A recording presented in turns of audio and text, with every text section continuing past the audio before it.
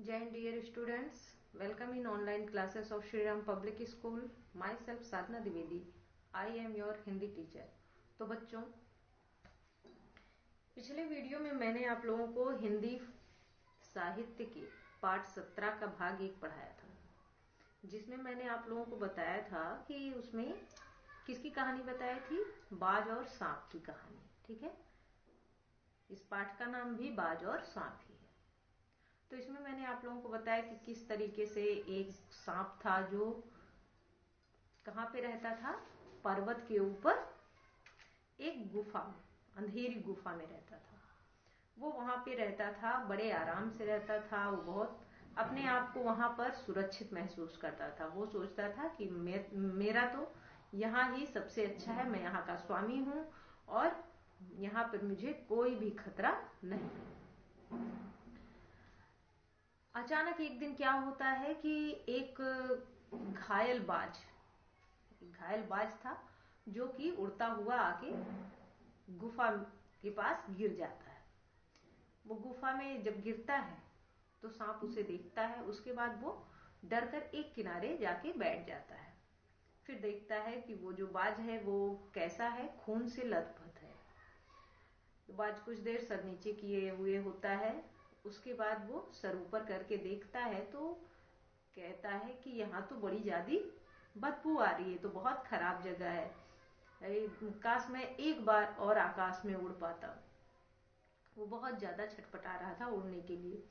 तो सांप जब उसकी ये स्थिति देखता है तो कहता है, तो तुम यहाँ आए ही, ठीक, तो तुम्हें जब इतनी ही इच्छा थी तो तुम्हें यहाँ नहीं आना था। तुम इतना उड़ने में कौन सी बात है, क्या मजा आता है? तुम भी चलते हो, मैं भी चलता हूँ। ठीक है, उड़ने और चलने में क्या अंतर है? ये शरीर जो हमारा है वो किस चीज का है? मिट्टी का है। एक दिन मिट्टी में ही मिल जाएगा। तुम आकाश में उड़ते हो तो भी तुम भी मरोगे, और मैं नीचे जमीन पर चलता हूं तो मैं भी मरूंगा। यानी एक दिन सबको मरना है। ठीक, तो इतना तो मैंने आप लोगों को पिछले वीडियो में बता दिया था। आज मैं इसके आगे की कहानी बताने चल रही हूँ, तो आप लोग ध्यान पूर्वक सुनिएगा। ठीक है, तो ध्यान से देखिए बच्चों। ये आप लोगों के हिंदी साहित्य का पाठ 17 है, जिसका शीर्षक है बाज और सांप। तो आज मैं इसका दूसरा भाग आप लोगों को बताने चल रही हूँ। तो इतना मैंने आप लोगों को बता दिया था कि सांप मन ही मन बाज की मूर्खता पर हंस रहा था। वह सोचने लगा कि आखिर उड़ने और रेंगने के बीच कौन सा भारी अंतर है। अंत में तो सबके भाग्य में मरना ही लिखा है। शरीर मिट्टी का है, मिट्टी में ही मिल जाएगा। ठीक, इतना मैंने आप लोगों को पिछले वीडियो में पढ़ाया था। आज मैं इसके आगे की कहानी बताने चल रही हूँ। अचानक बाज ने अपना झुका हुआ सिर ऊपर उठाया और उसकी दृष्टि सांप की गुफा के चारों ओर घूमने लगी। बाज जो था वो कैसा था? घायल था। तो घायल होने की वजह से बहुत दुखी था और उसको दर्द हो रहा था, तो वो अपना सिर झुकाए हुए पड़ा था। अचानक उसको कुछ बदबू सी आती है, तो वो क्या करता है, अपना सिर उठाता है और उस गुफा में चारों ओर देखने लगता है। चट्टानों में पड़ी दरारें से जो थी, उनसे क्या हो रहा था? पानी गुफा में टपक रहा था। जो चट्टानों में पड़ी दरारें थी उनसे पानी टपक रहा था। सीलन था और अंधेरे में डूबी गुफा में एक भयानक दुर्गंध फैली हुई थी, मानो कोई चीज वर्षों से पड़ी सड़ गई। ठीक, तो बाज ने देखा चारों तरफ। उसके बाद उसने देखा कि क्या हो रहा है। चट्टान में जो दरारें पड़ी हैं उससे पानी टपक रहा है और पूरे गुफा में सीलन ही सीलन है, चारों तरफ अंधेरा है और उसमें भयानक अजीब सी दुर्गंध आ रही है। ठीक है, और कैसी दुर्गंध आई? जैसे कोई चीज जो हो बरसों से पड़े पड़े सड़ गई हो, उसकी दुर्गंध आ रही थी। बाज के मुंह से एक बड़ी जोर की करुण चीख फूटी पड़ी। आह, काश मैं सिर्फ एक बार आकाश में उड़ पाता। बाज क्या कहता है? उसके मुंह से बहुत दर्द भरी आवाज निकली कि ओफो, काश ऐसा हो जाता कि मैं एक बार सिर्फ आकाश में उड़ पाता तो मैं यहां से चला जाता। ठीक है। बाज की ऐसी करुण चीख सुनकर सांप कुछ सिटपिटा सा गया। जब बाज इतनी तेज से चिल्लाया तो सांप जो था वो थोड़ा जैसे उसको डर लगा। ठीक है। एक क्षण के लिए उसके मन में उस आकाश के प्रति इच्छा पैदा हो गई जिसके वियोग में बाज इतना व्याकुल होकर छटपटा रहा था। मतलब वो सोचा कि अच्छा, इतना अच्छा आकाश है कि ये इतनी खराब स्थिति में भी आकाश में जाने की बात सोच रहा है, आकाश में जाने के लिए इतना ये व्याकुल है। तो उसके मन में भी इच्छा होने लगती है कि एक बार मुझे भी आकाश देखना चाहिए, कैसा होता है आकाश। उसने बाज से कहा, यदि तुम्हें स्वतंत्रता इतनी प्यारी है तो इस चट्टान के किनारे से ऊपर क्यों नहीं उड़ जाने की कोशिश करते। सांप बाज से कहता है कि अगर तुम्हें इतनी ही अच्छी लगती है स्वतंत्रता, इतनी ही अच्छी लगती है आजादी, तो क्यों नहीं एक बार कोशिश करते कि इस चट्टान के किनारे पे जाओ और वहां से उड़ने की कोशिश करो। हो सकता है, मतलब हो सकता है तुम उड़ सको, हो सकता है कि तुम्हारे पैरों में अभी इतनी ताकत बाकी हो कि तुम आकाश में उड़ सको। कोशिश करने में क्या हर्ज है। सांप उसको समझाता है कि एक बार कोशिश करो, हो सकता है तुम आकाश में उड़ जाओ, एक बार कोशिश करने में कोई दिक्कत नहीं है। बाज में एक नई आशा जग उठी, बाज में एक नया उमंग आ गया, एक नई आशा जगी। वह दूने उत्साह से अपने घायल शरीर को घसीटता हुआ चट्टान के किनारे तक खींच लाया। ठीक। तो वो क्या कहता है कि मतलब जैसे वो कहता है कि चट्टान के किनारे पे जाओ और वहां से उड़ने की कोशिश करो, हो सकता है तुम उड़ लो। तो बाज उसकी बात को सुनकर उसमें साहस आता है, कुछ आशा जगती है कि हाँ मैं उड़ सकता हूं। तो वो क्या करता है, अपने जो घायल शरीर थे, घायल पंख था, उसको घसीटता हुआ किसी तरीके से चट्टान के किनारे तक लाता है। खुले आकाश को देखकर उसकी आंखें चमक उठी। जब वो खुले आकाश को देखता है तो उसकी आंखों में चमक आ जाती है। उसने एक गहरी लंबी सांस ली और अपने पंख फैलाकर हवा में कूद पड़ा। फिर वो क्या करता है, बाज एक लंबी सांस लेता है और उसके बाद अपने पंख फैलाता है और हवा में कूद पड़ता है। किंतु उसके टूटे पंखों में इतनी शक्ति नहीं थी कि उसके शरीर का बोझ संभाल सके। लेकिन जो उसके पंख थे वो कैसे थे, टूट गए थे। तो टूटने की वजह से उनमें इतनी शक्ति नहीं थी, इतना ताकत नहीं था कि वो उसके भारी शरीर को संभाल। पत्थर सा उसका शरीर लुढ़कता हुआ नदी में जा गिरा। वहां से जब छलांग लगाया, मतलब कूदा, तो वो क्या होता है कि पत्थर की तरह लुढ़कता हुआ चला गया। कहां पे, नदी में। एक लहर ने उठकर उसके पंखों पर जमे खून को धो दिया। जब पानी में गिरा तो एक लहर आई और उसके पंख पे लगे जो खून थे वो साफ हो गए।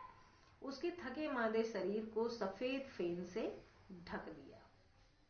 जैसे जहां पे ज्यादा तेज से पानी गिरता है तो वहां पे झाग जैसा उठता है। ठीक है, फेन यानी झाग। तो वो झाग कैसा होता है, पानी में जब गिरता है तेजी से तो वहां से जो झाग उठता है वो सफेद कलर का होता है, सफेद रंग का होता है। तो वो सफेद रंग के झाग से पूरा ढक गया।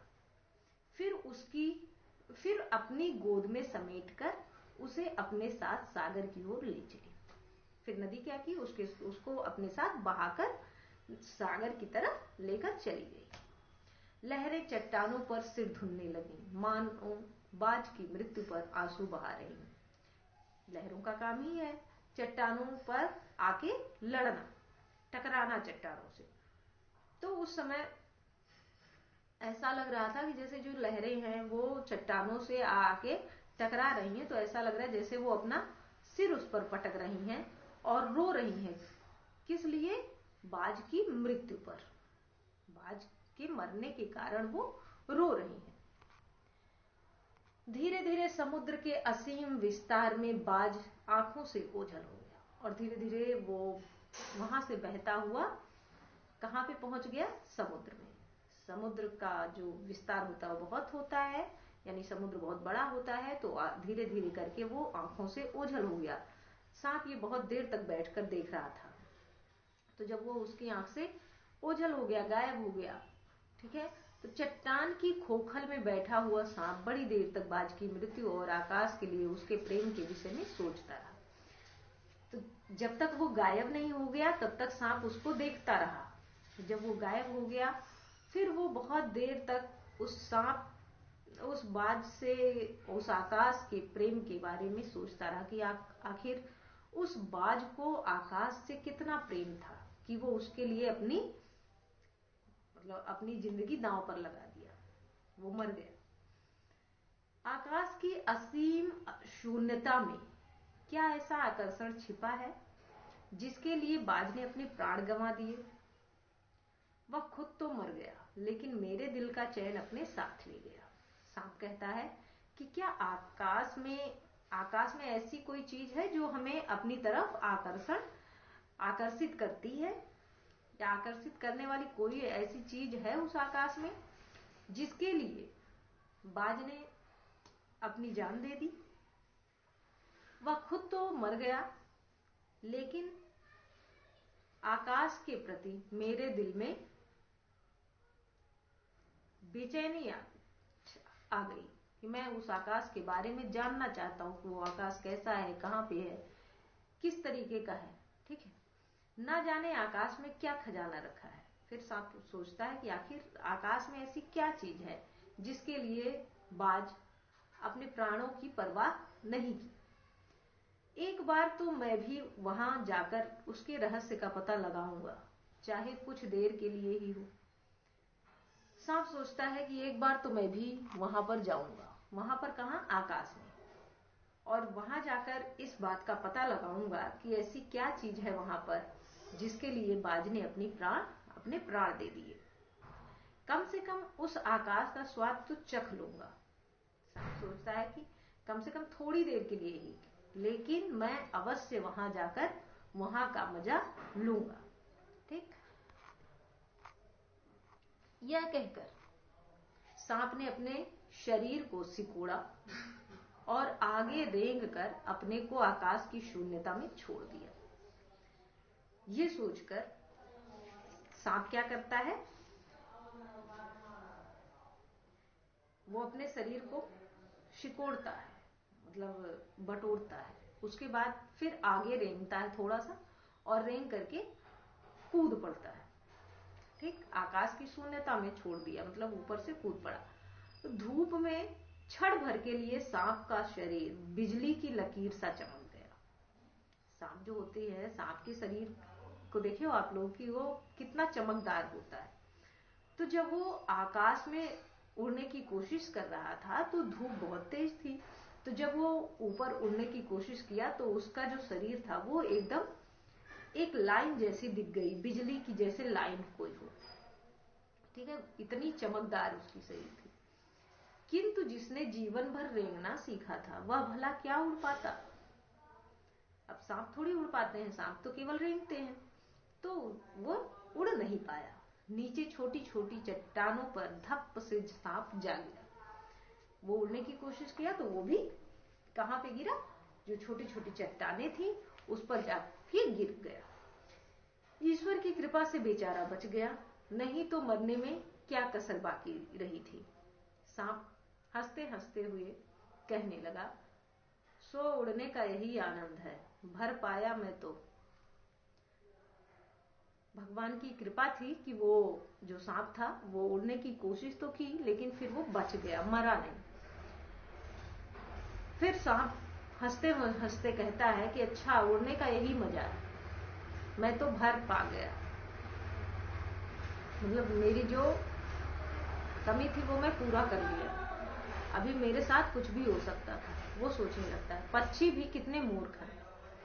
फिर सांप कहता है कि पक्षी जो है कितने मूर्ख हैं, धरती के सुख से अनजान रहकर आकाश की ऊंचाइयों को नापना चाहते थे। धरती पर जो सुख है उसको ना चाहकर आकाश में चले जाते हैं उसकी ऊंचाइयों को नापने के लिए। ये पक्षी लोग जो है वो बहुत ज्यादा मूर्ख है, बहुत बेवकूफ है। किंतु अब मैंने जान लिया कि आकाश में कुछ नहीं रखा। सांप कहता है कि अब तो मैं जान गया हूं भाई कि अब इस आकाश में कुछ नहीं रखा है। आकाश में उड़ना केवल बेवकूफी, केवल ढेर सी रोशनी के सिवाय वहां कुछ भी नहीं है। ढेर सी रोशनी है, ठीक है, जैसे सूर्य की रोशनी में आकाश में क्या होगा, बहुत ज्यादा रोशनी होगी, बहुत ज्यादा चमक होगा। तो सांप कहता है कि वहां पर केवल रोशनी ही रोशनी है, रोशनी के अलावा कुछ भी नहीं है।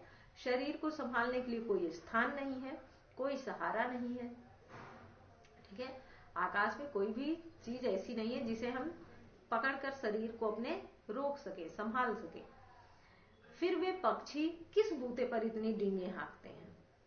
सांप कहता है कि आखिर वे पक्षी जो है वो किस बूते पर इतनी डींगे हाँकते हैं कि आकाश इतना अच्छा है, मैं आकाश में उड़ता हूं, ये वो, मतलब जो पक्षी हैं वो ऐसा क्यों कहते हैं, किस लिए धरती के प्राणियों को इतना छोटा समझते हैं। अब मैं कभी धोखा नहीं खाऊंगा।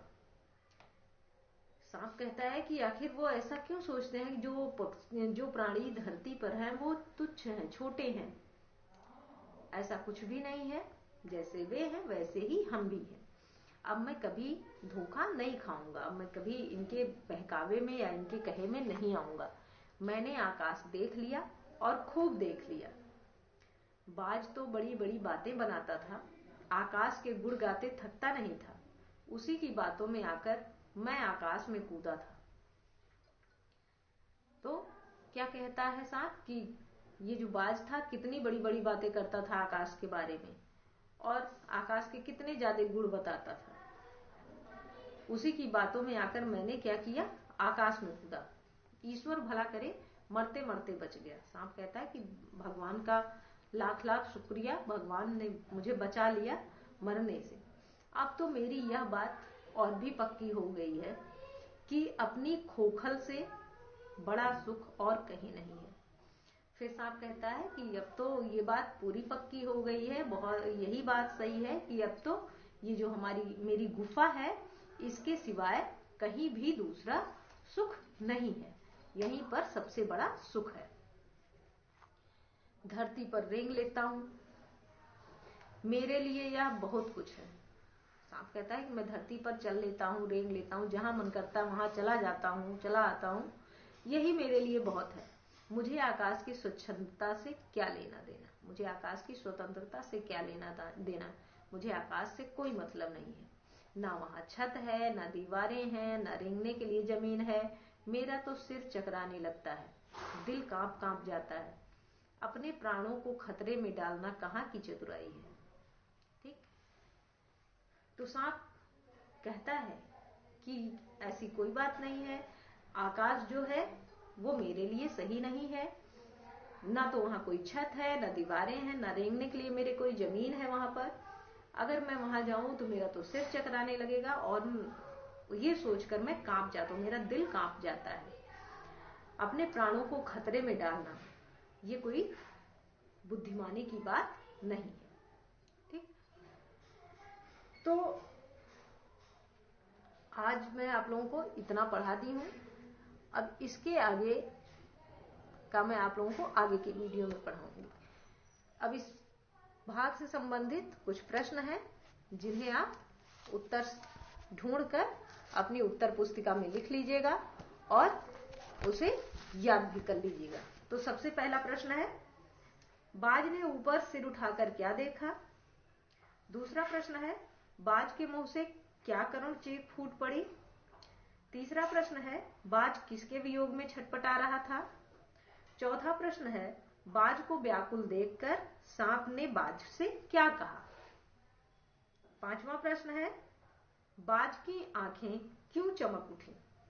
और छठवां प्रश्न है, बाज ने जब उड़ने की कोशिश की तब उसके साथ क्या हुआ। ठीक, तो ये 6 प्रश्न हैं। इन 6 प्रश्नों के उत्तर आप अपनी उत्तर पुस्तिका में लिख लीजिएगा और साथ ही उसे याद भी कर लीजिएगा। तो आज बस इतना ही। अब आगे का भाग मैं आपको आगे की वीडियो में पढ़ाऊंगी। तब तक के लिए धन्यवाद।